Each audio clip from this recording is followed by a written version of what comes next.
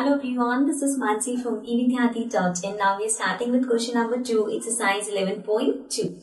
So in this question we have the area of a trapezium is 34 centimeter square and the length of one of the parallel side is 10 centimeter and its height is 4 centimeter. Find the length of other parallel side. So इसे हम figure बना के समझते हैं. So we have a trapezium, right?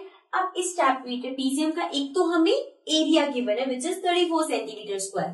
इसके अलावा length of one parallel side means या तो वो ये हो सकती है या वो ये हो सकते हैं. इन दोनों में से एक 10 सेंटीमीटर है. ओके, बिकॉज हमें नहीं पता कि लंबी वाली 10 सेंटीमीटर है या छोटी वाली 10 सेंटीमीटर है. सो इन दोनों में से कोई भी हो सकती है. And it's height is 4 centimetre और उसकी हाइट है 4 centimetre. So find the length of other parallel side. अब आपको जो उसकी दूसरी पैरेलल साइड है मींस अगर ये 10 है तो ये निकालना है, ये 10 है तो ये निकालना है. मींस जो उसकी दूसरी पैरेलल साइड है उसकी लेंथ हमें फाइंड करनी है. सो वी बिगिन विद सबसे पहले हमारे पास जो गिवन है that is area of trapezium, right. So हमें एरिया ऑफ ट्रेपेजियम गिवन है और एरिया ऑफ ट्रेपेजियम का फॉर्मूला क्या होता है? It is a plus b upon 2 into h, or you can also write it as 1 upon 2 a plus b into h. So area of trapezium is 34 centimeter square. So let's write 34 centimeter. So area of trapezium is 34. Then a plus b.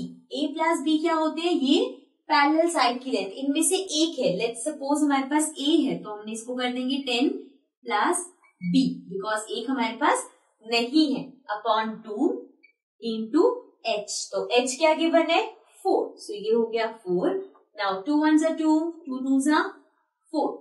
सो ये हमारे पास आ गया 2, 10 plus b and this is 34.